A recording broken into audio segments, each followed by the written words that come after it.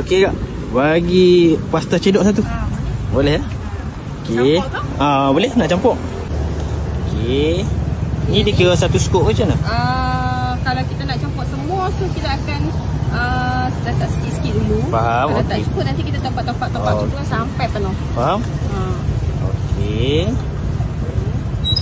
Ini tom yum. Tom yum. Okey, yang ni? Yang ni pasta pesto. Okey.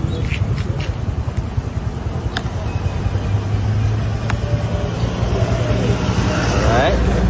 Lepas tu olio. Okey, lepas tu yang ni carbonara. Yang ni alfredo.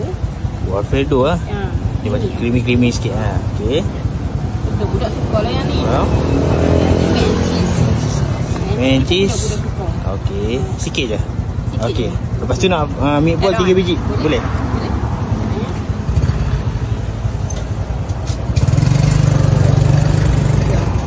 Macam ni harga berapa ni? Kalau macam ni kita memang kalau satu bekal ni memang kita RM10 lah. RM10 penuh macam mana pun. Okey, add on kita ada meatball sebiji 5 kupang. Okey. Okey, kalau 3 biji ni jadinya RM1.50. Kita cukup RM1.50, RM11.50. Ada pasta creamy tom yum. Alright. Okey. Yang ni pesto. Okey. Creamy. Okey. Lepas tu kita ada aglio olio. Okey. Yang ni ada sotong dengan udang lah. Okey, yang ni ini saya punya resipi sendiri, saya tak tahu apa, tapi saya panggil gambaran lah. Okey, faham.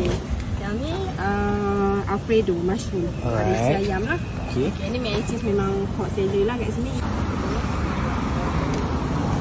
Okey.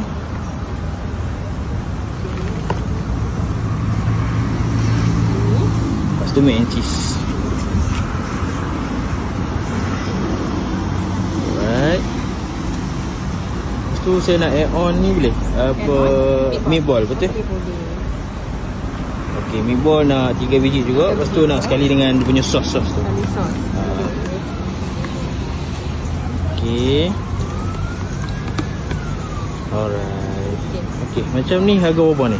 Macam ni satu bekal ni penuh macam mana pun RM10. Okey. Lepas tu add on 5 kupang. So ada 3 biji jadinya RM1.50 campur dengan 10 RM11.50.